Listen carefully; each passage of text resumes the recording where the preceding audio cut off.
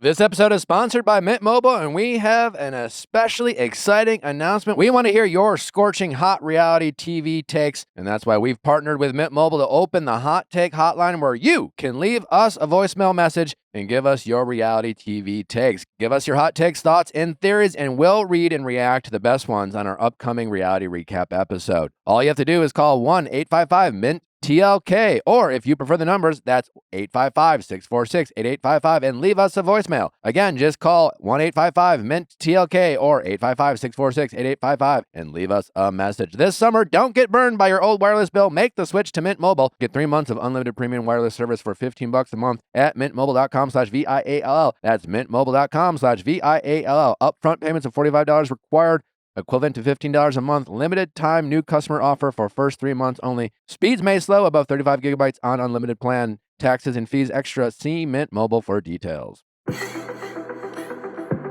crazy.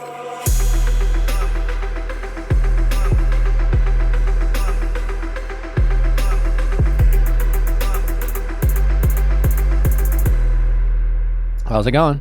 Hi, my name's Victoria. I'm 27 years old, and I'm wondering how to break up with someone. Okay. Are you currently in a relationship and trying to figure out how to break up with them, or are you just like Yes. wondering for future reference? I guess both, but I am currently in a relationship. Okay. Yes. Have you never broken up with someone before? No, this is my first real relationship, my first love, first everything. Okay. So not everything, but like Sure, first sure. real relationship. How old are you again? 27. Okay. How long has this relationship been going on for? Yeah, so we've been dating officially for a year and a half, but we've been together like 2 years. Okay. Why do you want to break up? It's hard because nobody did anything wrong. So that kind of makes it much more difficult.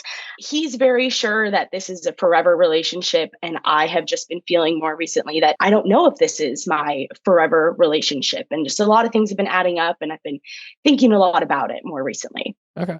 Do you want to elaborate at all?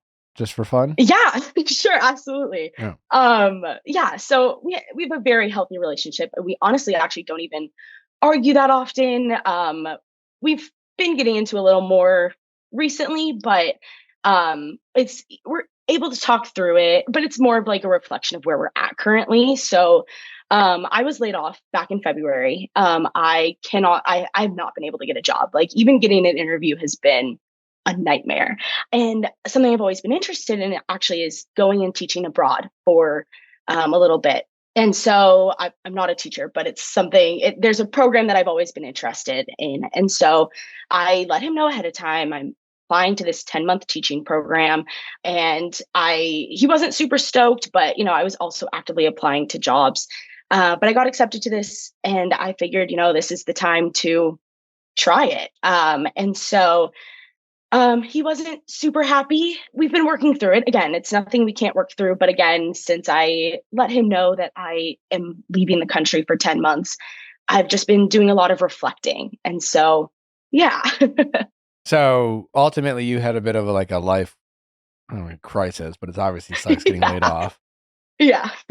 You took advantage of that crisis by looking at other opportunities that you've considered doing, like this teaching thing. My brother did a version of that. Really enjoyed it. Taught English in Seoul, Korea. That's awesome. You're in this relationship. He obviously wasn't thrilled by the possibility of his girlfriend and what he perceived as his future life partner, like taking a sabbatical from the relationship. But ultimately, I guess it sounds like, where did we go from we're working through it and he didn't love the idea, but we are working through it, to like, you know what, fuck it. I just let's break up. So actually it kind of was around the time that I had mentioned I was leaving. We took a weekend to kind of think things through. It worked out perfectly when I let him know that I was actually going to my grandparents' house that weekend. So we both kind of just took a weekend apart. We were still texting, but not in person. And when I came back, I was like very sure, yes, I want to do this. He was the only person I had spoken to that hadn't been excited or supportive of me trying this, which I understand. His significant other is leaving the country for 10 months. So I understand where he was coming from with that. Did you understand, but also resent him a little bit for not supporting you? Or did you just kind of totally understand A little bit of both, I guess. Okay. A little bit of both, but I don't feel any resentment. If anything, I'm worried that he will resent that I leave. Just based on conversations, I am concerned he will, I don't want to say hold it over my head when I come back. And if we stay together, I am a little worried, but What makes you worried about that? he's very concerned. The conversation was very I centered when it came to him. There were a lot of I statements like, I can't believe you would leave me. What if you find someone and break up with me while you're there? Sure. What am I supposed to do when I'm home here? What about what everything we've worked through over for the past 2 years, Yeah. building this foundation, etc. Which is, I imagine, in the heat of the moment when I imagine all this is coming from at a time where he was first just processing the news that you Yeah. were incredibly serious about this. Yeah. Okay. Yes, absolutely. Okay. And so the fear that he might resent you, is that again just based off of just common sense and these I statements that he mentioned recently? Or is there something more about his personality that that you've gotten to know that makes you like think he, is a little resentful and kind of has a side to him that would ultimately not see the bigger picture when you got back? And assuming, like, let's say you went over there, whether he loved it or not, but he was just like, you know what? Obviously, I don't like this. I don't love that my girlfriend's leaving, but I want to support you. Obviously, I have a lot of fears and anxiety about this, but I want to support you. And let's say you go and you choose to work, you guys work through it as a couple, and you're faithful and he's faithful, and you come back. What makes you think at that moment he would be like, you know what? You got to do this, and I'm going to start, and just kind of always bringing it up as like the thing that like pissed him off that he feels like you owe him for. Like if someone was unfaithful and that person forgave them, but they never let it go in the relationship and things like that. What makes you think that he might do that? I mean, I think it is a little bit personality, but also just who he, like, just kind of like who he is. I think also just my personal fears about it. I think part of it is I might also be projecting kind of what I am worried about as well. Just because I've been thinking a lot more about if this relationship is for me. And so it's just it's just all of it, I guess, together. Okay. And then I guess what part outside of this scenario, what part of the relationship is this? Are you also wondering, like, is this relationship for me? He's been very certain since the very beginning. This is my first relationship. I love him so much, but I've been doing a lot more thinking recently. There was a time when I was like, yeah, I could see a future, but as time has gone on, I just see less and less. Okay, that sounds bad. I just don't know if I picture him in my future as much as he pictures me in his. I did go against some non-negotiables that I didn't think were important in the past. And you used to talk a lot about this. You used to talk about how important non-negotiables were. And I've thought about it a lot more recently. And I've realized how important they are. I should have listened to you a long time ago. I apologize. Whatever. I don't listen to me often, What are some of those things you're referring to? Well, so I'm Jewish, and something important to me is I do want to have a Jewish family. I want to, ideally would love to marry, someone who's Jewish, and he's not. Okay. And for a while that was fine. But again, more recently, I've been thinking more and more about it as more of my friends get married, have kids. It's been more of a topic on the top of my mind, I guess. Yeah, that makes sense. Yeah. I think, usually when with those types of things, when we're younger, we might be a little more rebellious. And then we definitely get out of that rebellious phase and realize, no, that maybe this does matter to me more than I thought. Well, okay. Anyways, I just, thanks for sharing all that. I'm not trying to you're not even asking whether you should break up or not. I always want to hear, your thought process. It being your first relationship, I also just want to make sure you're making a decision with like a clear head. It kind of raised a bit of alarm bells for me when this whole story started by so I lost my job. And usually those types of pivotal moments will affect us in ways that we don't realize, and then kind of a snowball effect. And maybe sometimes all for the positive. Like maybe this period is a wake up call for you that you've been kind of sitting on and not doing anything about making meaningful changes in your life, and you've been kind of going with the status quo and living in a more of a state of comfort rather than like, hey, I'm only 27, like now's the time of my life to be a little riskier. I won't get many opportunities to do what I even have an opportunity to do. So now's the time. I mean, how do you break up with someone? There's no good way, right? Like, and so a couple things is to remember. I'm sure you've heard me say this before. You want to be direct and kind at the same time. All right. You also, your goal is not to be friends with him, and your goal is not to make sure he likes you when you walk out the door, so to speak. You have to allow him to think of you as the villain in his story. You're going to break his heart. He's going to be like, why are you quitting on us? I'm willing to, like, it's going to feel like it's not good enough for, it's like first you presented him with this thing that you wanted to do, and he's like, he hated it. Like, and then he was like, well, I guess fine. If I don't want to like stop you from chasing your dreams. So like, I guess go. I have my concerns, but like, big picture, if we end up together, like this is a blip in the radar. So like, I guess I'll support you. And now you're going to be like, well, actually just kidding. I don't want your support.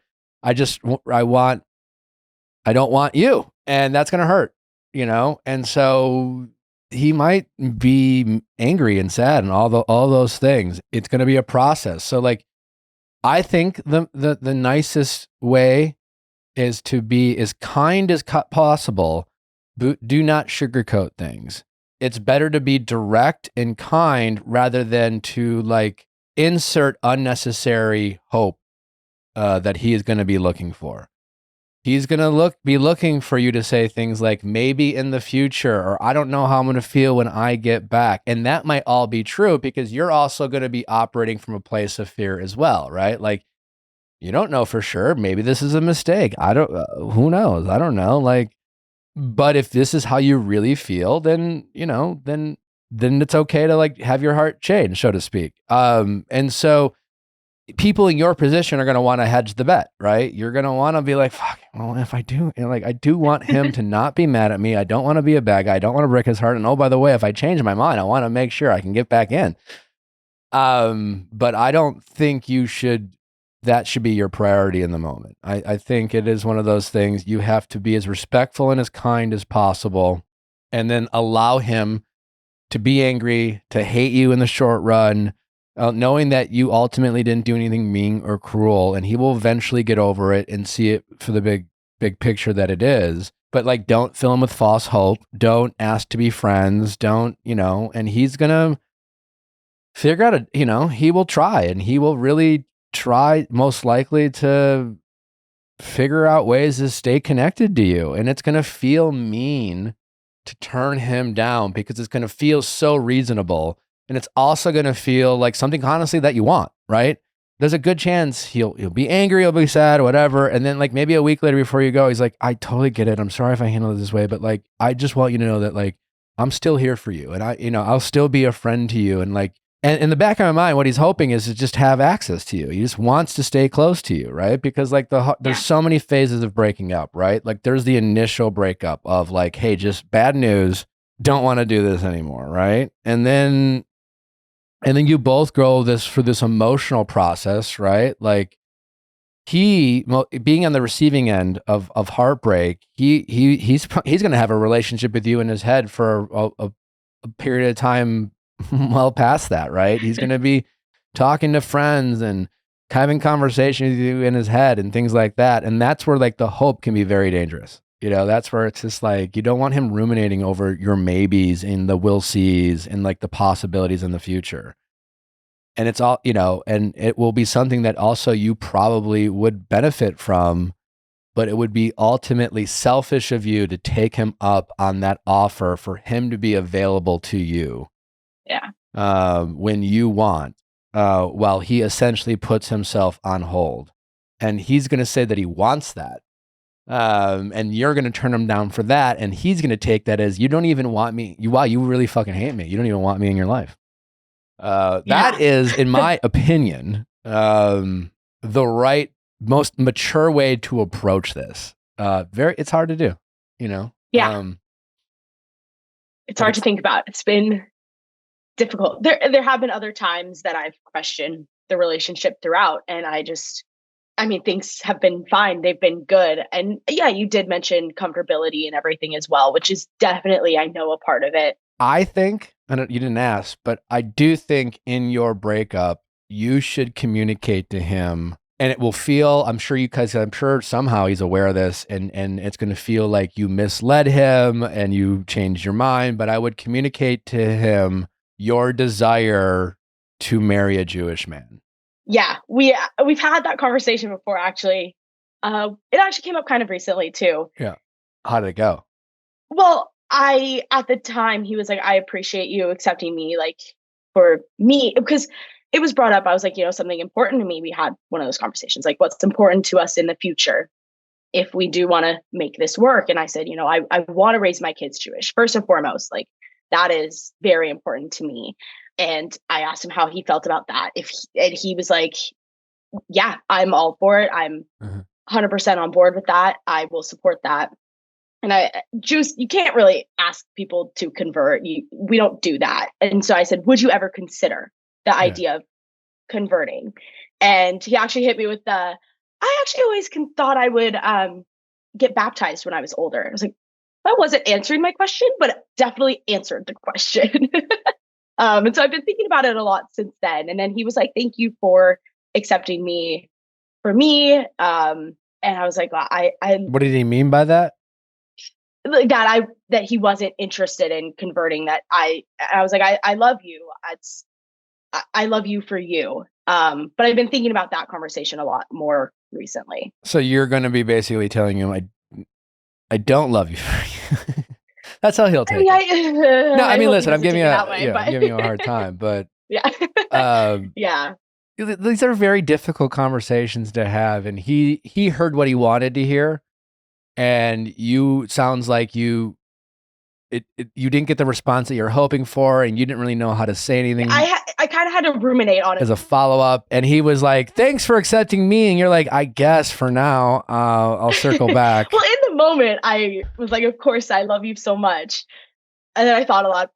I'm home alone by myself a lot. I have a lot of time with myself, like in my brain. It's been tough recently, but I guess another question is like, do I bring up any other things? Like there are other things that have bothered me throughout the relationship. No, I do I bring them up? No. Okay. Because that to me is just like piling on unnecessarily, and you might get into like semantical arguments and things like that. And then like there's no point in giving him notes about essentially something that just might be preference based. Yeah. On your part, and this is not like an exit interview from a job where you're just like, Okay. hey, in the future, like in case you care, that's just not the role that Fair. someone breaking up with someone needs to play. But I do think the exception to that is the non-negotiable that you're realizing is important to you about your faith, that he can't do anything about it. And I mean that in a good way, where it's just like, that is part of your upbringing, your heritage, whatever you want to call it, right? And yeah, like you might owe him an apology for having to like learn that about yourself in real time while having a relationship with him, because from his point of view, it might feel a little misleading. Hey, she told me it wasn't that important to her. Now she's telling me it's important to her. That seems unfair. Had I known that a year and a half ago, I never would have like allowed myself to fall in love with someone who ultimately told me like, I'll never marry you because you're not Jewish. Yeah. So he's allowed to I wouldn't have let myself get into the relationship if I had known. Yeah. Of course. And that's just like how he's like, I'm just anticipating how he might feel. Yeah. But it's something that I think he can eventually accept that, right? Like, and that's why I think you should communicate that, which is like, these are difficult conversations to have, and I honestly don't know the right way to have them. And I apologize for if you feel misled. I didn't really know, but the more I'm reflecting and the more, I'm realizing it is of great importance to me. And I don't want to force someone to convert. I obviously like, it's a very, you can be honest about that. Like, there is no wrong answer, but the answer you did give me is not something that I'm comfortable with. but you gave Yeah. me the right answer, which is your answer, which is true. It's just like he doesn't want to, and you don't want to like, will you do this for me? Like that's just a weird. You want to share your religion with someone. You want to share in your faith so that when you raise your children, it's something you're sharing, not be like, all right, kids and husband, let's talk about Judaism, you Yeah. don't want to do that. Right. So, he didn't give the wrong answer. He gave but I just think personally, just an opinion that would be something that will allow him when he's ready to get over you. Okay, that makes sense. Yeah. He won't want to accept it right now. It will feel like you misled him. He'll be angry about it. He'll ask questions. He'll say things. Eventually, he'll be able to be like, I'm not Jewish. I didn't want to be Jewish. And as much because he might say things like, is it about converting? I'll convert. I mean, if this is what you really want, just tell me. I'll do it. And you're going to be like, that's not what I want. And yeah. And eventually, when he gets over it, he'll be like, yeah, I'm glad I didn't do that because I didn't want to do that. And I was only doing that for her. And that's just not that's not why people should be doing those types of things. But we've all made 100%. exceptions in very vulnerable moments, right? I think maybe that's the one thing you should be honest about. Okay. Because it is in the best possible way. He can't do anything about it. And he should eventually be able to accept that reality so that it won't allow his ego to just be like, well, why couldn't you be Jewish? Yeah. I really appreciate you. I appreciate hearing this and you saying this because I, at my core, am a people pleaser. And there was a long time in our relationship even where we just didn't bring up any frustrations because neither of us wanted to rock the boat. I didn't want to ever hurt his feelings. He similar. And so I'm so scared to hurt him. Like genuinely, that's kind of like at the core of this too, is I love him. I don't want to hurt him. And so I appreciate you saying that of course I'm going to hurt him. Like that's inevitable, but it'll be okay. I appreciate hearing that from your perspective, just because I also, again, I've only ever been in situationships. I've never been in an actual relationship. And so I've never been on the receiving end of a breakup, either, like on either end of it, I should say. Yeah. So, yeah. Yeah, it's tough. It's tough to know if you're doing the right thing, especially if ultimately, like so many people, it's just like, even me, maybe my third relationship was somewhat, even then there was some toxicity and we were arguing a lot, but a lot of it, most people just like only break up after they've exhausted. Like, it's just like, oh my God, I can't honestly, like, why are we together? This is so exhausting. But doesn't sound like that's the position that you're in, but for different reasons, there's something inside you that's telling you that there's more out there. But yeah, I think if you're kind and respectful, if like it's true, like if there's really a future for you guys, you will find your way back to each other. I'm not saying that as someone who believes in fate or destiny, but if you both mutually realize that you guys threw something really great away, then you will find your way back together. Otherwise the alternative is one of you comes to regret it and the other one doesn't. But that's only because the person who regrets it in that moment has just gotten impatient with their reality or decision, right? So, right, that makes sense. And so, like you being the breaker upper, I know he's wonderful, yada yada yada, but the reality is that you think there's something better for you. Not that it's not about you doing better than him or anything like that, but there's something inside you that says there's something better out there for me based off of my wants and my needs, my non-negotiables, whatever. Right? And you're now going to make a decision to do that, which includes you going abroad and teaching. And when we make those decisions in the back, we always are kind of like, when we're feeling adventurous, when we're betting on ourselves, we kind of have in that mindset of like, things are going to happen for us. But the next person you connect with, it might not happen when you expect it, right? And so then you might become impatient. Maybe you'll feel lonely abroad. You'll want to reach out. You're going to be looking for comfort. He pops up on your Explorer page and he's looking good. And you're just like, oh, man, and then you convince yourself that maybe you made a mistake and that you miss him. And you start only remembering like all like the cute little moments and wonderful moments. And then all of a sudden, like, you find out he has a girlfriend, and then that hits you, that you find that out when you're feeling the most loneliness in abroad, like right after, like, you made a friend, but you had a friend break up or whatever, and you're feeling really fucking vulnerable right now.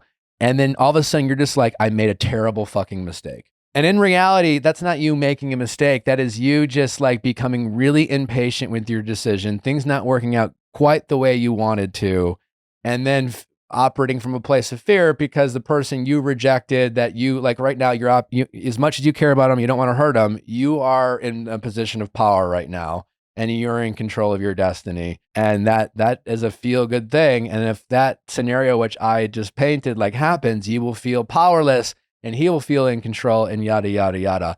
And that is not like the world telling you fucked up. That's just life saying, you know, you don't get to dictate the terms, and you have to be a little patient. And that's all that's happening, you know? And he's going to be impatient because he's, you know, right now he wants to be with you. But like, I guess what I'm saying is maybe you go there for 10 months and you find your way back to each other, and you realize, and he's like, you know what? In the meantime, I looked into Judaism. I don't, you know, whatever. And like, maybe you'll find your way back, but it really comes down to it being mutual, right? And if you both want it, the same reason why you'd want him to convert would be the same reason why you guys found your way back to each other, because it worked out, and no one had to convince the other person, and no one begged the other person, and no one sat around and waited for 10 months, like while the other person lived their life, only to like have that person resent that person for sitting around, even though they didn't get asked to sit around, and yada, yada, yada. No, I'm also kind of a believer of like everything happens for a reason. If it's meant to be, it's meant to be.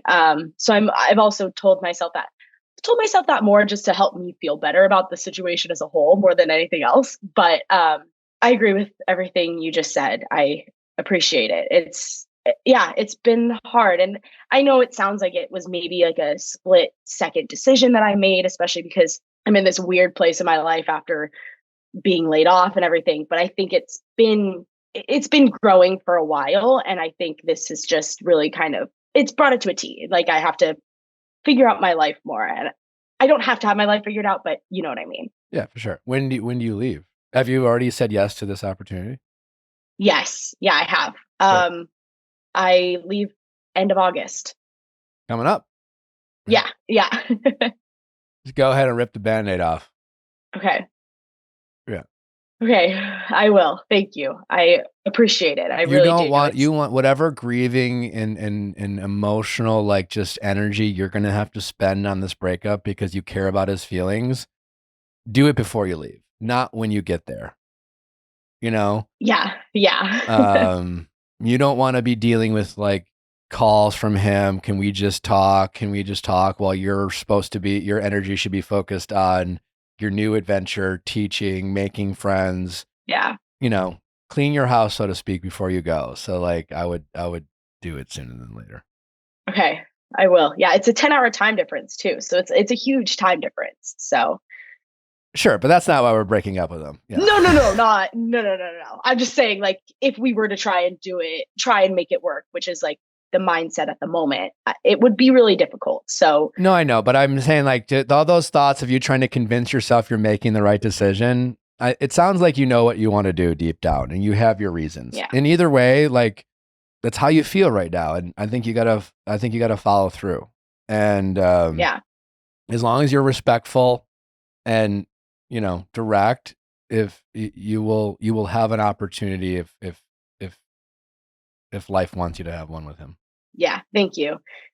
Yeah, I appreciate it. I really do. And it's more than just this one non-negotiable that's been building up, but I think that's the biggest reason of it all, I guess. Yeah. When he starts asking questions other than you want to marry a Jewish man, I would just be really direct about that, just because I would say like, listen, it's just something I feel, and I need to do this for myself. I don't want to sit there and like give you a bunch of like, I don't want to have to come up with reasons. Like, it's not going to sound good. Is it another guy? It's just like no, I mean, yeah.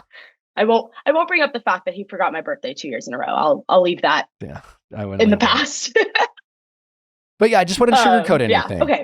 If he asks questions, you should, if he asks you direct questions, give him direct answers. Okay. Sounds good. I appreciate it. Thank you. All Thank right. you. Well, good luck. Congratulations on the new adventure. And yeah, it's never fun or easy, but Yeah, it's everything in the near future is a new experience, big or small.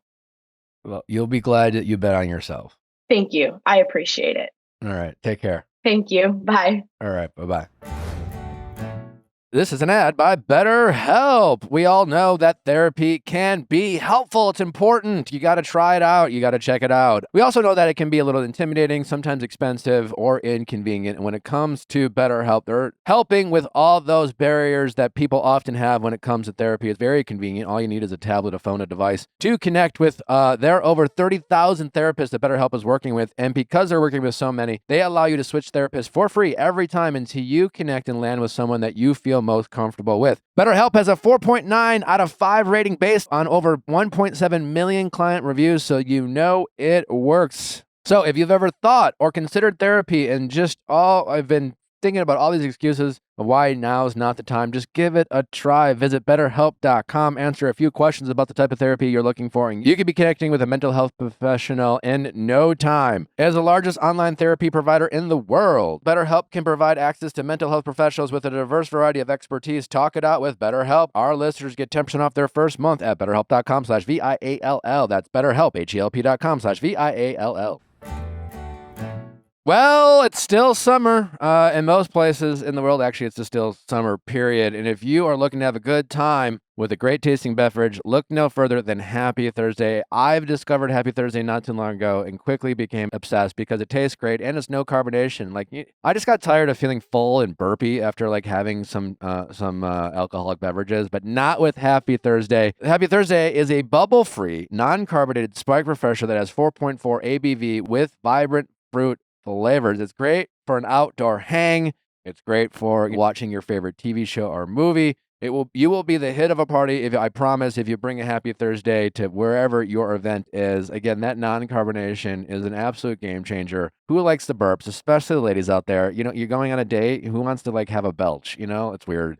No one likes it. And you won't have one with Happy Thursday. And it tastes great. It's fun. It's a little sweet, but not too sweet. It doesn't, sometimes with some of those drinks, you have two and you feel like you're just souped up in sugar. Not with Happy Thursday. It has the right amount of sweetness, the perfect taste, and again, no carbonation. So if you're feeling thirsty, they have some great flavors: strawberry, pineapple, starfruit, black cherry, my favorite, mango, passion fruit. They're all delicious. Again, my favorite's black cherry in case you care, but they have something for everybody. So if you want to have a good time and you're feeling thirsty this summer, grab yourself a Happy Thursday. See if you're feeling thirsty. Have a Happy Thursday. Weekend vibes all summer long. To find out more and find a Happy Thursday near you, visit drinkhappythursday.com/VIALL. That's drinkhappythursday.com/VIALL. Celebrate responsibly. Non-carbonated, naturally flavored with other natural flavors. 21 plus, contains alcohol. 2025 Molson Coors Beverage Company, Milwaukee, Wisconsin beer. How's it going? Good. My name is Paige. I'm 37 years old and I am in love with my boss. Help. Okay. Tell me more about this situation. Let's start with your relationship and his relationship status. Okay, great. So this is a new boss of 1 year. I have been working at my current job for over a decade, but this is a new boss and he's my direct boss and we work together every single day, all the time, see him all the time. And it basically is just something that's grown over this past year. And it's not great because, of course, he's my boss, but he also happens to be taken. Okay, so he's in a relationship? He is in a And relationship. is this, and these feelings from your point of view, are these just you falling in love from afar, or do you feel like he reciprocates those feelings despite his relationship status? I feel he reciprocates those feelings despite the relationship, which is why I definitely wanted to call in because it feels like I'm not the one initiating things, but I absolutely am feeling the same way. All right. So as much as you possibly can, in as much detail as you can, tell me the first moment that you thought, oh, is there something here? And then give me as many examples as possible that were him doing something that you took as him taking the initiative or flirting with you or showing an interest in you that you thought was unique and special So I would say the easiest kind of example and kind of list of examples is we work together on a lot of different events and projects that actually take place over long periods of time. So they're not necessarily one off events.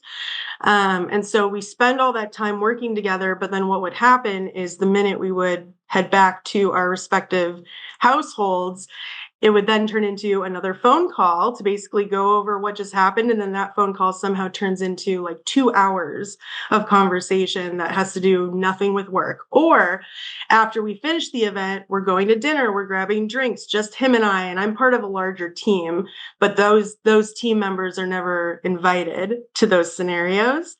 And one in particular, I think good example would definitely be where we were out of town traveling for an event. We were staying in the same hotel, and the whole team basically went back to their hotel rooms and was like, okay, I guess we're in for the night. And then the minute I got back to the hotel, I got a phone call from him and he just said dinner ? And so it was like this moment of, okay, team, good night, see you tomorrow, but then calling me immediately after and taking me to dinner, basically. And so that's, I think, one of the main ones. But to answer your question about when dinner, is dinner like, what are you guys talking about?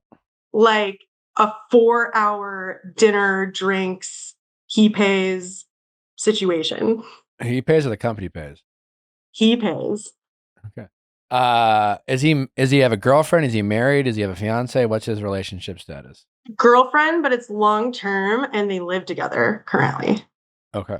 So they've been together for about 6 years. How much does he talk about her to you? To me, never. Okay. So I've heard him have conversations about her with my coworkers or like other people I'm around, but he never brings her up with me. And this is ongoing? Yes. And I feel like it's getting more and more as we have more and more time and events together. And so it just, for example, just last night, we communicated on the phone for like 2 hours and it was about like our personal traits and where we get them from and our humor style. And like, it just starts to get less and less about work and more about like personal Has there things. been any outside of like dinners that everything you described, has there been any like physical moments or moments of like things got a little out of hand, or did you guys cross any boundaries that way? We haven't. I will say like, we're both incredibly professional in this situation. Like anything physical that's happened has been like a hug or like, nothing. We haven't crossed those boundaries. Well, I wouldn't accuse him of being incredibly professional, but he hasn't done the egregiously unprofessional things. Because keep in mind, like, and how big is this organization you guys work at? It's not super big. I would say it's like my specific do they have company. An official HR department? Yes. And do they have like a policy around like what you think is going on? I would say, it wouldn't be ideal. We do have an HR department. I would say it probably wouldn't be ideal to date someone within the organization. I think certainly someone that you work directly below. Exactly. Right. Yeah. Okay. How old is he? 37. He's my age. So what do you want to do about it? And what can I help out with?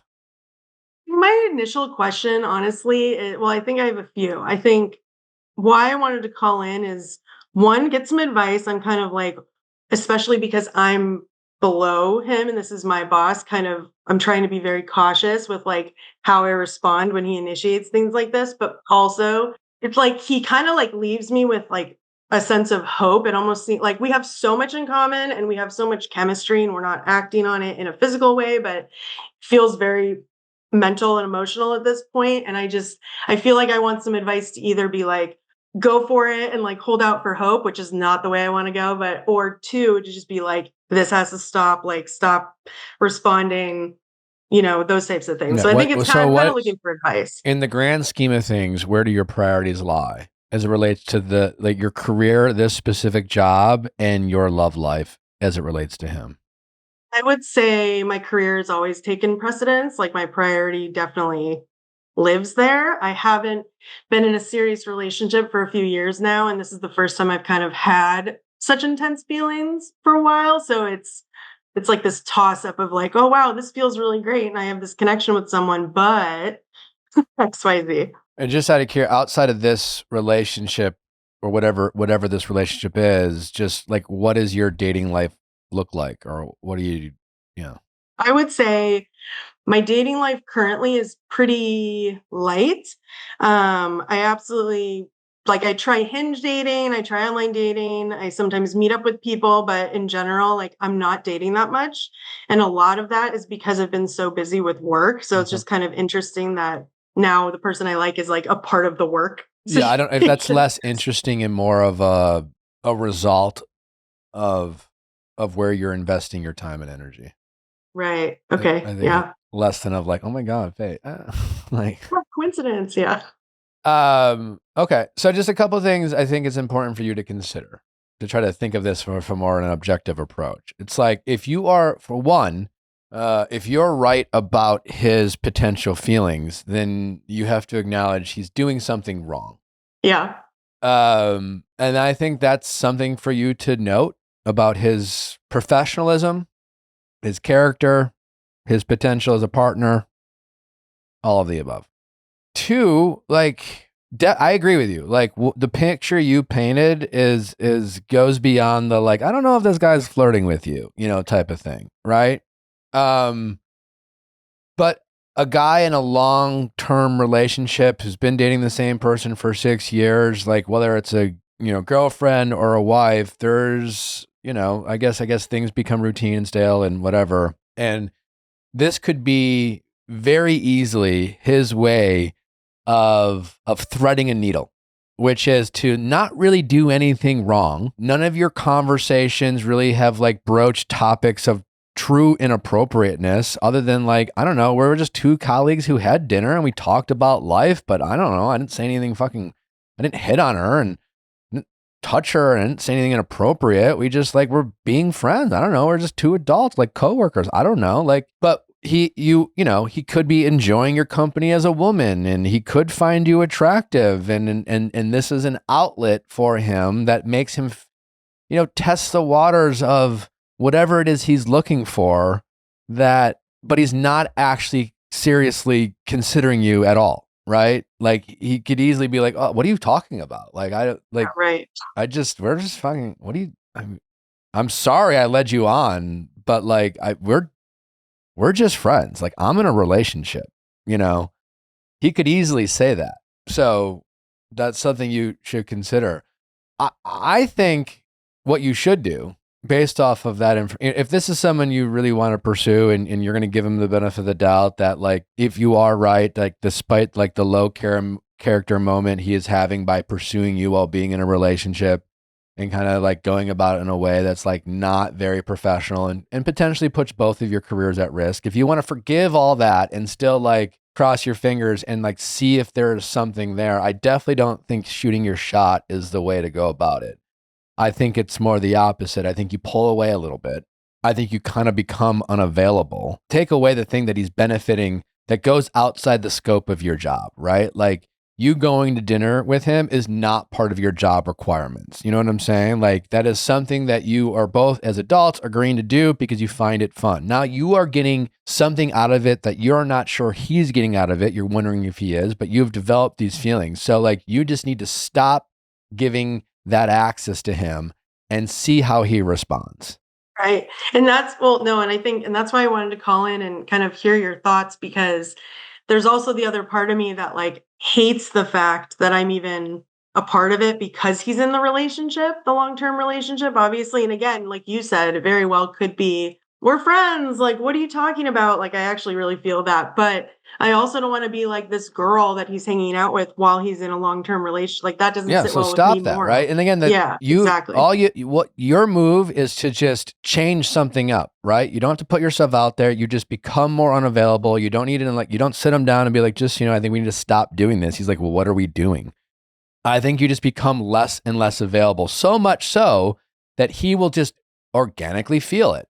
He's like, wow, she's just been busy every time I ask her to have dinner. She's just I only have access to her like I have access to the rest of my employees. You just switch up without any explanation because you don't owe him an explanation and see if see if how he responds, right? Like he might just let it go. And if he's just like, hey, just like, wow, just did I do anything? You know, like, which would be kind of if he says something like that. But if he starts asking you more questions, then, you know, then depending on how he asks, then you can kind of change your decision tree about how you approach it. But I would make him bring up the topic, whatever that is. So, you know what I'm saying? Like, I would make him call out the thing that you think might be there. Might be happening. Right. You know, even if it's just, oh, I really miss our friendship. And then you could just be like, you know, if he says something like that, then I would say that would open the door for you to say, I'm just not entirely sure our friendship is appropriate given like situation. our, you know, like that I work for you and the fact that you're, you know, even if it is just platonic. I've never met your girlfriend. If I were her, I would want to know who I am. You don't say any of those things to him. He has to like ask you a question and he's got to call it out. That makes you the only response is to then call out the thing that he is tiptoeing around. Does that make sense?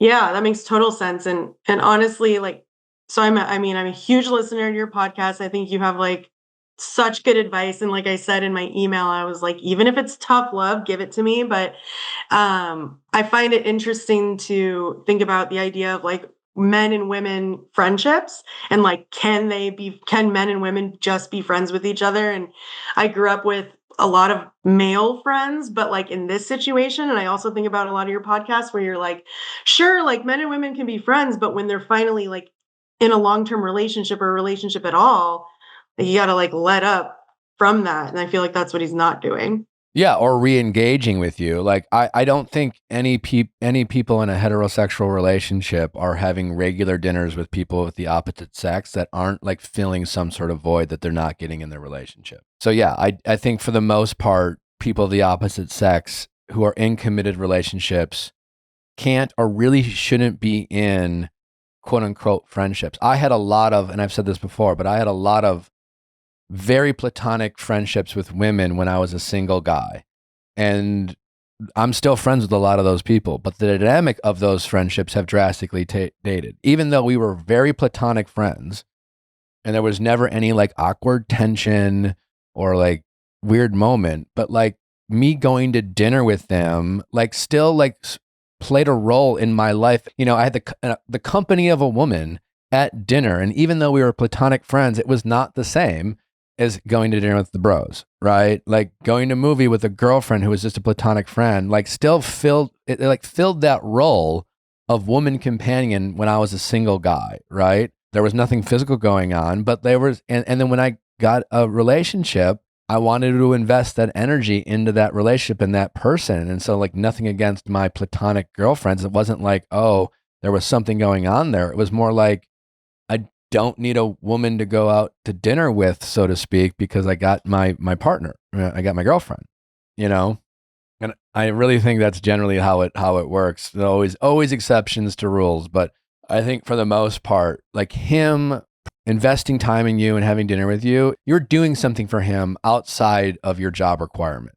Right. Yeah. And I kind of felt that way too, because it's like with past bosses or other people, it's like that wasn't like work ends and that's it.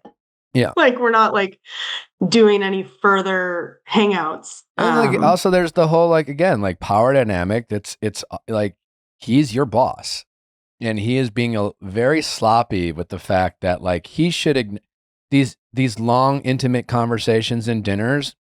He should be like with a woman that works under him that's in his same age group, and he has a relationship. He should be worried about optics, and he's not.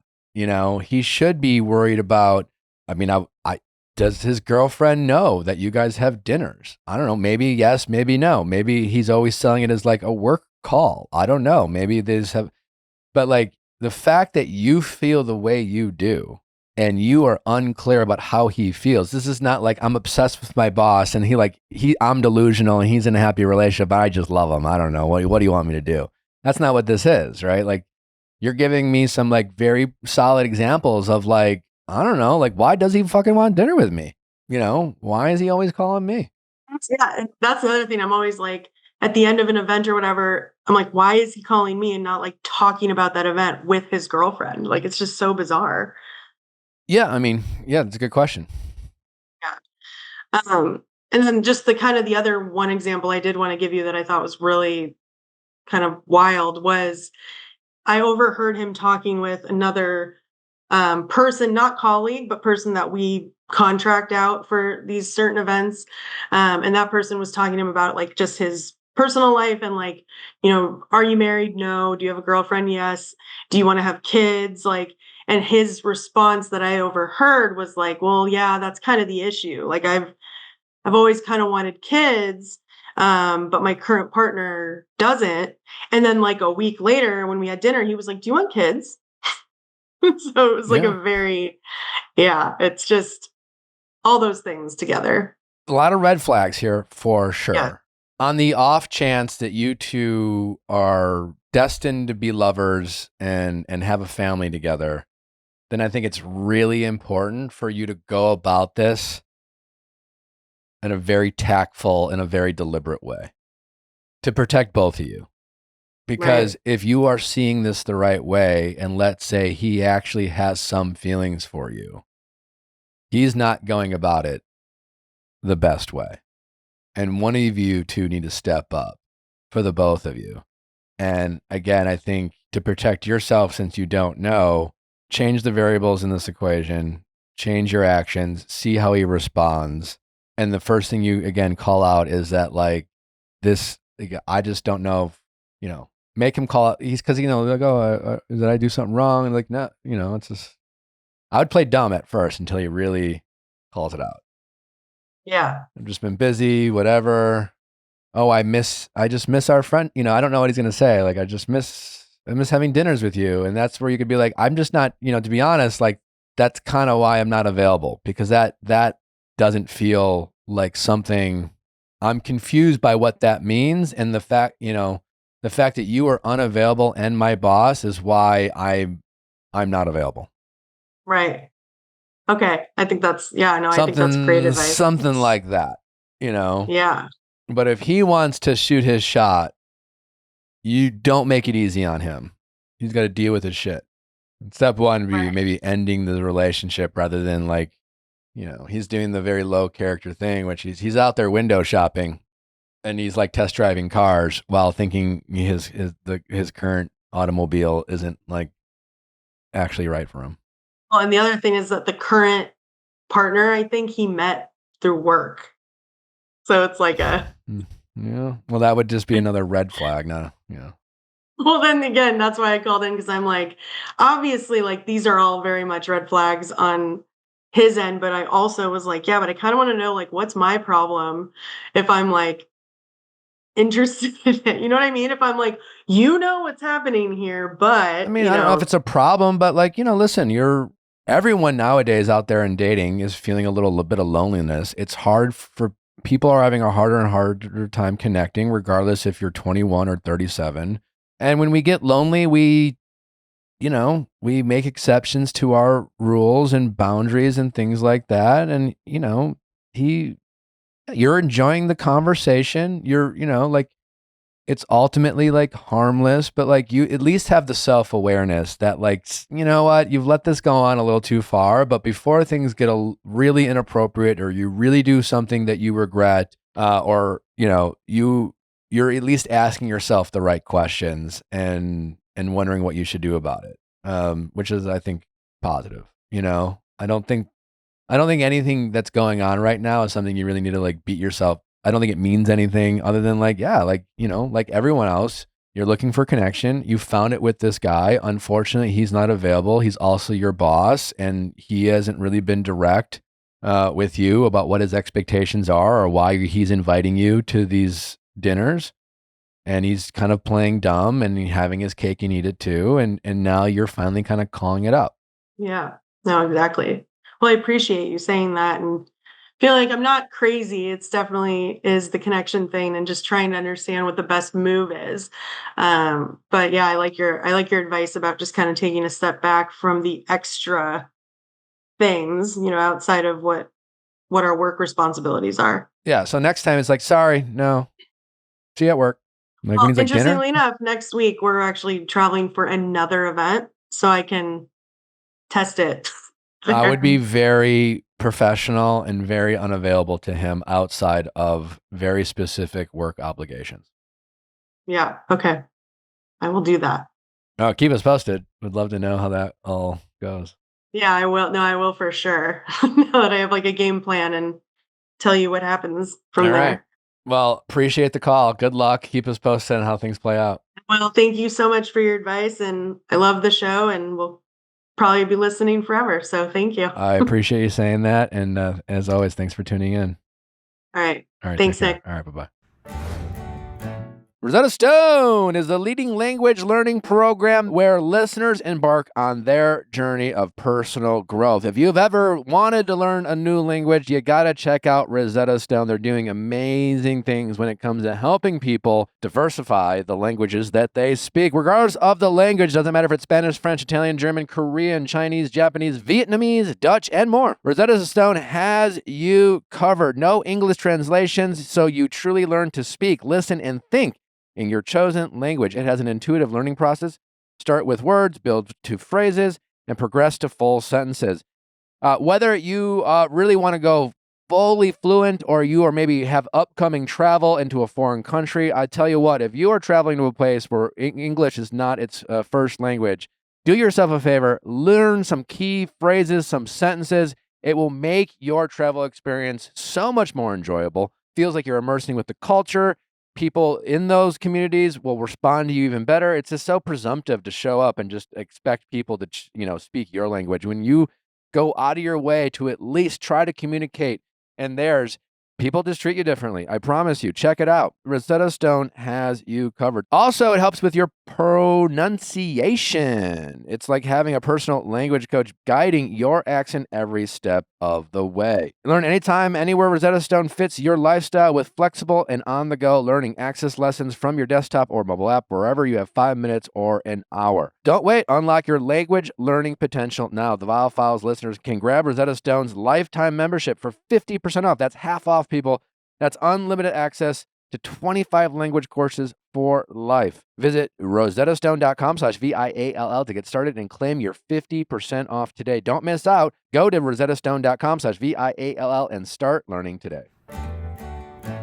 Well, I don't know about you, but Nally and I, when we watch our favorite TV shows, we love to snuggle up and always are under a nice warm blanket. And we have discovered Lola blankets, and it's absolutely changed the game for us. Lola is the world's #1 blanket, crafted with ultra-soft luxury vegan faux fur and a signature 4-way stretch that sets it apart. It's machine washable, double hemmed with durability, and stays flawless. I absolutely love the machine washable. Obviously, we have a child, we have 2 dogs. We're kind of messy people. Sometimes we like to eat popcorn, have some drinks while we watch some TV shows. Accidents happen, but no worries. You can wash your Lola blanket. The best part is it is so incredibly soft. You just it's nice and cozy. It looks great. They come in a bunch of different styles. It's perfect for any living room, bedroom, your kids, you can travel with it. We absolutely love it. If you're looking to up your blanket game in your house, you need to check out Lola blanket today. Also, it just instantly elevates your space. It looks good. The aesthetic is wonderful. We discovered Lola blankets through Instagram. We saw it online, checked it out, and became obsessed immediately. And we just want to make sure that we're sharing our good fortune with you.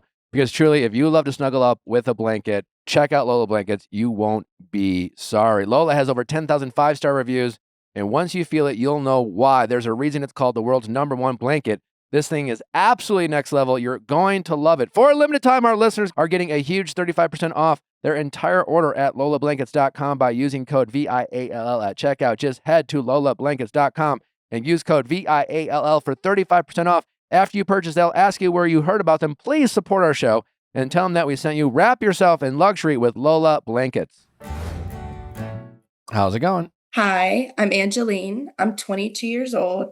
And am I the idiot for giving my high school ex another chance? Okay. Are you guys are you still considering this? You guys officially back together? So there's a little bit of background, if you don't mind, Sure. me diving into it a little bit. I'll make it brief because it's kind of a years long thing. So Me and my ex started dating when we were in high school, like our sophomore year of high school, and then we broke up because, high school relationships are whatever. And so we broke up within like 6 months. And then from there, we were like on and off, friends with benefits, like hooking up, that kind of thing, Mhm. until like our senior year of high school. And then he got a girlfriend, and then they broke up. And then we started on and off again until like our sophomore year of college. Okay. And I haven't seen him since then. So what made you stop seeing him then? He just like would put an end to it. Like he would just be like, I can't have a relationship right now. Or he would just like stop answering like texts or anything. So then I Gotcha. just was like, okay, then I'm not going to message him anymore because But for I don't the want to look most worse. part, it sounds like he has been the one to decided when things started and stopped. And like, for the most part, you've gone along with it. Yeah. And a few times maybe you kind of like said, well, I'm not going to keep doing this. So you kind of stopped, and then he would disappear for a while. And then some time would pass, and then he would reach back out and kind of convince you to like pick back up whatever it is that you guys were doing. Right. So again, back to like, are you guys back together, or he's just now reached out again and has been pursuing you in similar ways as the past? He messaged me like a while ago in like April, and we started talking again. And then we hung out once in like June. And then after that, I haven't seen him since we hung out. But when he messaged me originally in April, it was this whole big thing of like an apology, like, I'm so sorry. Like I treated you like shit for all treated you like shit for all these years. And like I want to prove to you that I've changed since then. And like you don't have to give me another chance. But if you're willing to, like, I'd like to show you how different of a person I am. And I told him, I was like, well, actions speak louder than words. So I'm willing to see what happens, but I can't promise anything.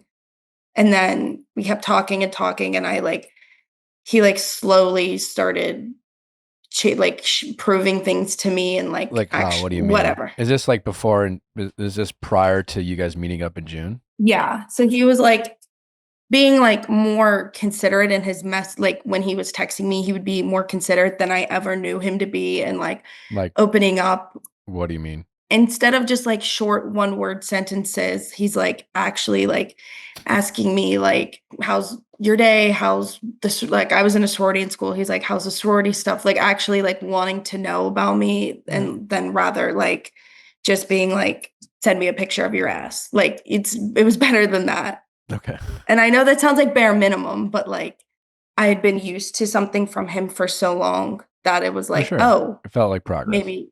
Yeah. So then we hung out in June, and then I haven't seen him since then. And what tried happened to in June? Like, what'd you guys do? We went and saw a movie, and then after the movie, we hooked up in his car, and I felt like we were in high school again, which is stupid. But like we both live with our parents, so we couldn't go anywhere else. And then you haven't heard from him since? I've heard from him, like we've talked.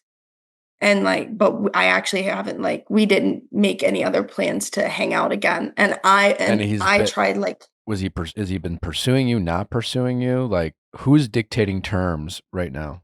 So there's no terms right now, because last week he messaged me and was like, I have no time for a relationship. Like, I'm so sorry I led you on and promised you these things again, but the next year of my life or so is going to be insanely busy, and I have no time to be in a relationship.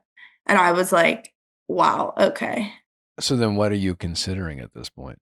Well, I'm just considering, like, I want to know how to not fall back into that cycle, and like just for once actually just not answer him back and not concede and not be like, oh, well, now you're back and you're saying all these nice things. How can I not forgive you for the umpteenth time? Yeah.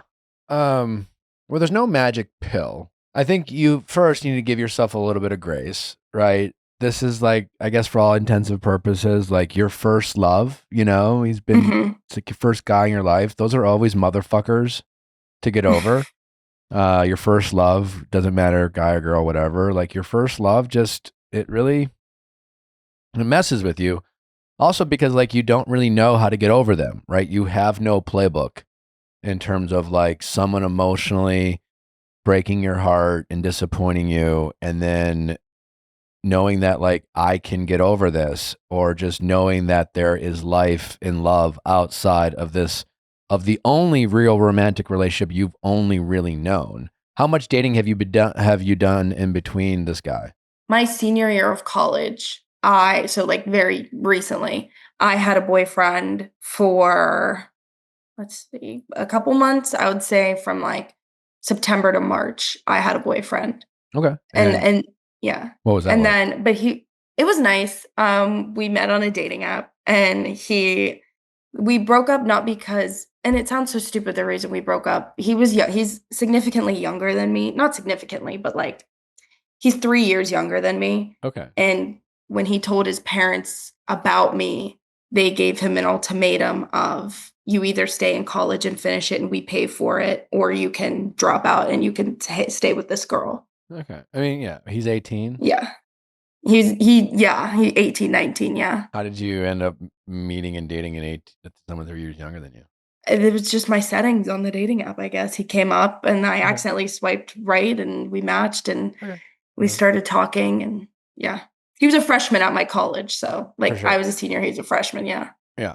Back to the original guy. Yeah, I mean, listen, there's no magic pill. I think it's just really holding yourself accountable, right? Like, one, I don't know if you hear, this would be interesting, you listening to this back and hearing it out loud when you're listening to yourself tell me this story about this relationship, but you paint a very clear picture that throughout this relationship, he has dictated terms. He has come in and out of your life. You have always just accepted his words, and he's always just kind of saying the right thing, never really delivering. Every time you meet up, you hook up, he ultimately gets what he wants. Most likely, he's not the cliche, but like, he's a young, horny guy. I think even young men, like, they might think they have the best intentions. They don't even realize all they want is sex, kind of thing. And then you guys go to a movie, you hook up in the car, and it's like ultimately he's like, yes, I guess that's what I wanted. And then you start following up on some of the promises he made, and he gives the like, oh, I'm so sorry, I can't do this right now. And he's really nice and apologetic about it, and it sounds sincere, and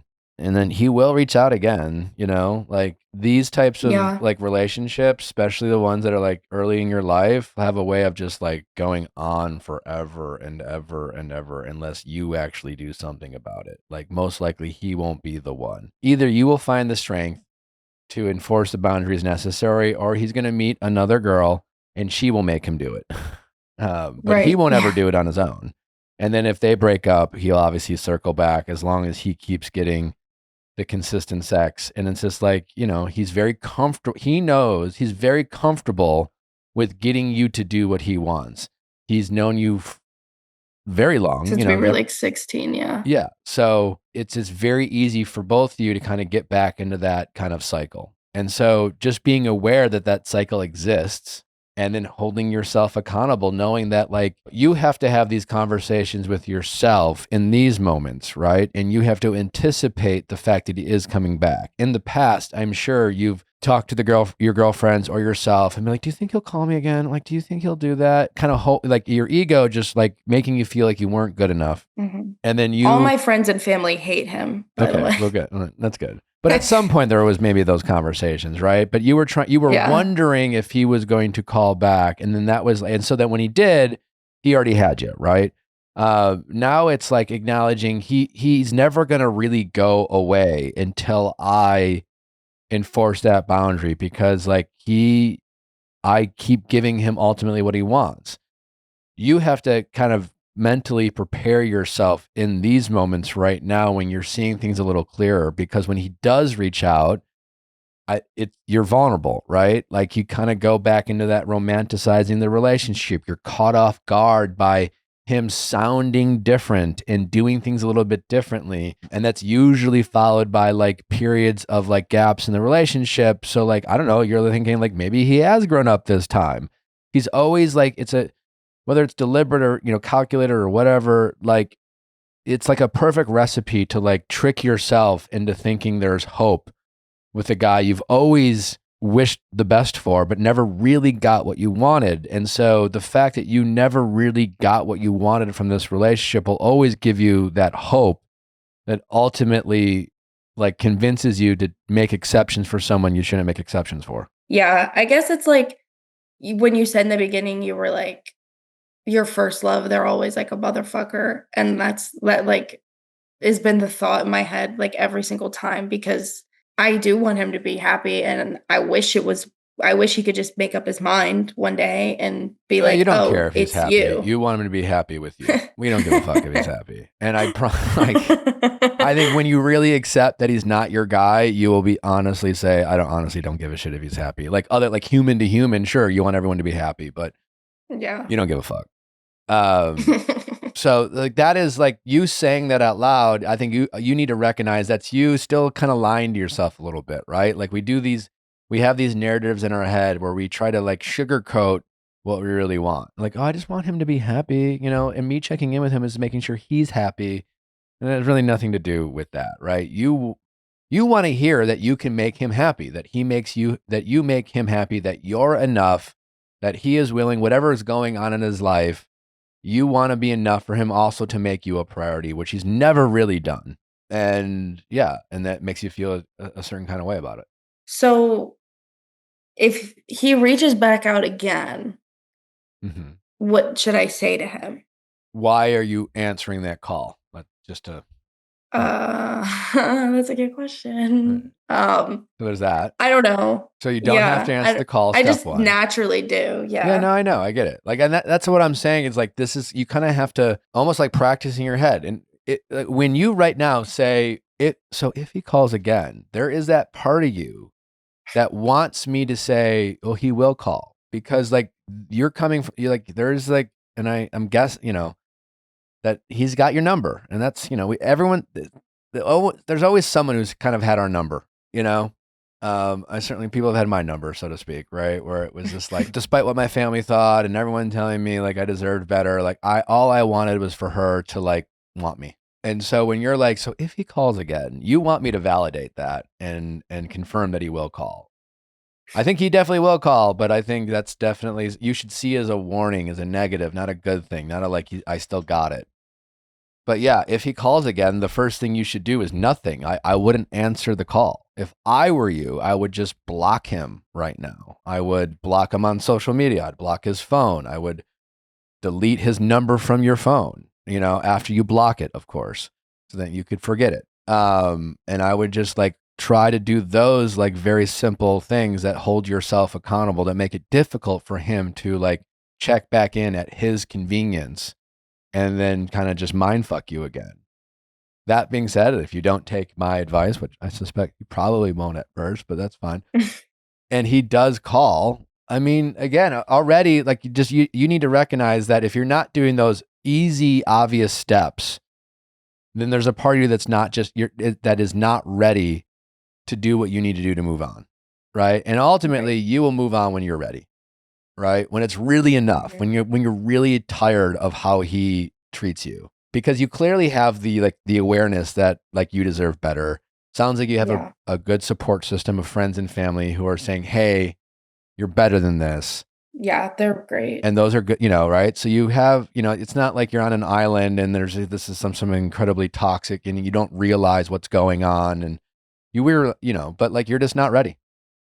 And when you're ready, you will block him and make it difficult for him, and you won't answer because like he's not going to change, not at any time soon. And also like you're so young. Go out there and date other people and try things out. And the more you date, the more you will realize how much energy you gave this person who didn't deserve it. But you just need to see it by seeing other options. And that's why it's like you have to date a lot, right? Because if you only date in small sample sizes, then you have a better chance of really hating the dates that you went on or your last boyfriend who was like 3 years younger. And then it's just like, all right, you dated the guy who was 3 years younger, he got weird. His parents saw you as like this older person. Yeah, it was so weird. They literally were like, basically in a sense called me a creep and told me it was that I was weird. Yeah. I mean, and from their perspective, I kind of get it, whatever. You know what I'm saying? Like, I'm sure you had nothing but good intentions, but like, Yeah. whatever. But that situation didn't make you feel good about yourself. So what do right? So then that makes you more susceptible to like when he enters in the scenario, because in the short run, he's good at making you feel good about yourself at the cost of how you feel about yourself in the long run. But you need to go out there. You need more at bats. You're only 22. I would just more meet people. Get out there. Meet other men. Meet other people. I'm on the apps. I'm on all the apps. You're only 22. You're only 22. Yeah. And even whether it's just saying yes to things. I mean, I think just try to. It just also just takes time. You just have to give yourself some grace. It took me 7 years to get over my first girlfriend. Yeah. The saying yes part is also kind of hard for me, not because I'm like, I mean, yeah, okay, I'm going to be honest. There's part of me in the back of my mind that's like, well, he's going to find out that I did this and this. But then, but another part of me is like, I always like to stay in my comfort zone, and like, I just need to get out of it when it comes to dating. Yeah, for sure. 100%. Yeah. Because, it's like the saying goes, you're going to have to kiss more frogs before you find your prince.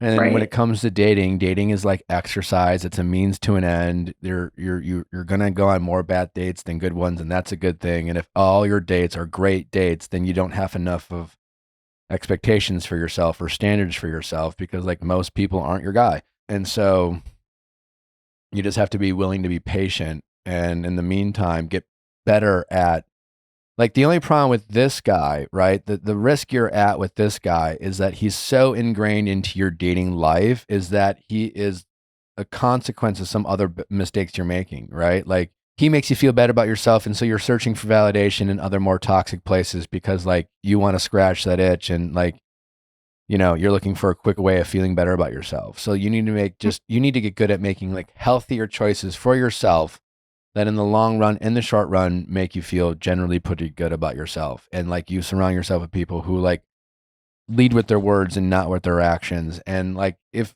people have to apologize more than one time, then that's a pattern. And if there's a pattern of them having to apologize for you, the chances are they're not going to learn on the job, so to speak.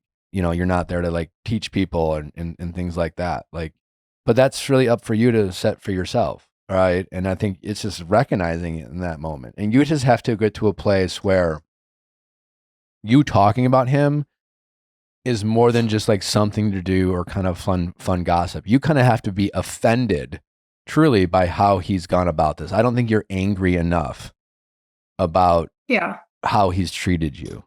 And I think, you want to see it how your friends and family see it. I think I'm not like as angry this time because like I didn't even cry. In the past I would have cried, but like I didn't cry at all. He texted me like in the morning. I answered him back and I went back to sleep. And then like, so you're right. I definitely wasn't angry, but I think it was just because I'm kind of used to him being that way. But a little part of me hoped that it would have been different. Like he would have like made the effort, made the time, and not actually said all those things to me. That's a good sign, right? Like, you're taking the long approach, which I did too, right? Which is like these kind of baby steps of progress, which you first cried, now you're just kind of getting numb to the disappointment. And so the big question for you is, I'm not worried about your ability to get over this guy, right? He will keep making it easy for you because I doubt he's going to change, and eventually you will find someone worth your time and you will just get tired of it. But the big question for you is, are you going to let this like play out over time and go on much longer than it needs to? Or are you going to take control of your dating life and actually like put a stop to it before he just like really exhausts you, and really like you have a couple more like moments of like feeling like you hit rock bottom because you know that you let a guy like convince you to do something you ultimately knew you shouldn't have let him do, but you did it anyways for like the short-term thrill, and you got exactly what you expected to get, which is just more disappointment. And like, are you going to save yourself from that is the big question. Because I'm really not worried about you eventually doing what you need to do. the big question is, how much longer is it going to take you? And are you going to spare yourself from unnecessary moments of just disappointment that will cause you to like make short-term decisions that you wouldn't otherwise make and have it just be like a tougher lesson than it needs to be? That's kind of the question. Right. Yeah. I can't keep doing this through my 20s. Like I can't because I do want to have a boyfriend. Like all my best friend has a boyfriend, and a lot of people in my life have a boyfriend or they're getting engaged. Not that I want to get engaged, but like it'd be nice to have somebody that actually wants to. And who knows, build maybe something. you dating a younger guy was the consequence of you feeling like you didn't know how to have control in your own relationship with someone your age. And like the last time you did that, he constantly like always dictated terms and like controlled the relationship and came and like having a 3-year age difference between you and your other boyfriend just kind of gave you a little confidence boost that you needed, because you're just so used to like chasing and following and waiting for permission to do things. And you were able to dictate terms with this guy, you know?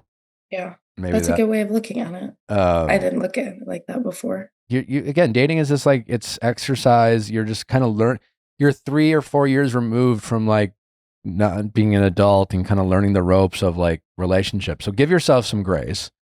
Mhm. This shit's hard, but like you will learn faster the more you hold yourself accountable. And you clearly know the difference, right? Like outside of the being emotionally triggered, you know versus right or wrong, right? Like you know when you're being taken advantage of. You have, again, a solid support system who's calling it out and saying, hey, you deserve better, you deserve better. So now you just need to like do something about it and execute and hold yourself accountable in those vulnerable moments and say no. And again, the easiest way to start is just block them. Yeah. I had him blocked for I don't know how long, and then block him and then delete his number and then forget it exists and then block him on social media. Half blocking someone and not is just like, it's just you just playing games with yourself. I know. I'm too old. I'm too old to play games. I feel like I'm so young. I mean, like you I'm are young 22, and sadly we're never too old to play games. But. Yeah. But I don't want to play games, and I feel like if I'm not playing games, then that'll maybe lead me to somebody who doesn't play games. I don't know. That's just how I look at it. Yeah, I mean, that's a good approach. But, you know, again, the part of it is just like, yeah, this guy has dominated your entire adult dating life and then some. Yeah. Yeah. And so much of all your decisions you made about your own personal life has been centered around him. Mm. So you want to change that. And you can. Yeah. And you're pretty close. Yeah. I just need to take like the final step and block him. Yep. And keep it blocked. Again, Yeah. delete him from your life. Delete it. Yeah. Okay. Wow. But he will definitely keep coming back. And that is a warning, not something for you to look forward to. Right. Yeah. And it will be based off of him being bored and just wanting to know he can. Right. Yeah. Yeah. I don't want to be part of his boredom anymore. Like, because I get bored too, but it's not like I reach out to him. Yeah. So I don't. Yeah. He can be bored by himself. Is this helpful? Okay. Yeah, very. I really wanted to get an outside perspective on it because I've had my parents have seen me through every stage with him because we were high school together. So, and my best friend, who she's never even met him, feels the same way. So, like, I kind of just wanted to get a perspective of somebody who's not so attached to it. All right. Well, no problem. I mean, like, again, give yourself grace. This is pretty normal stuff that many people before you have experienced.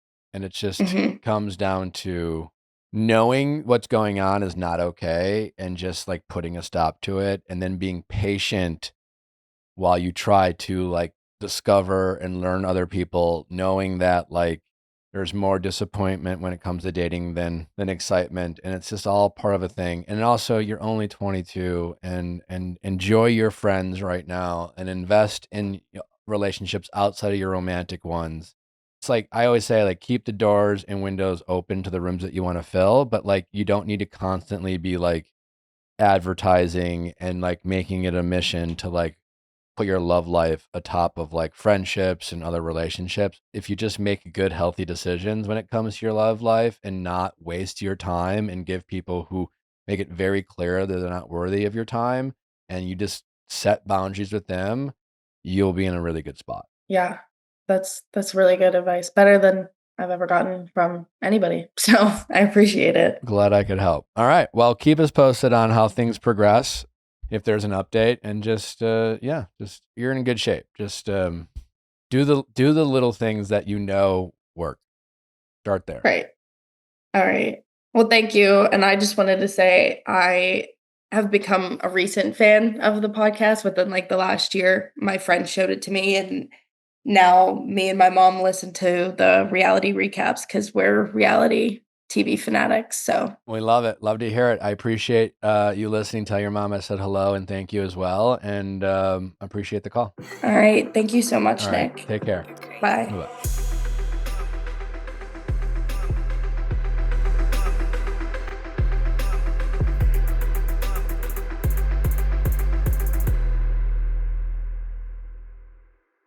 Hey guys, if you loved what you listened to, make sure you hit that subscribe button below. Thanks for listening. We'll see you next time.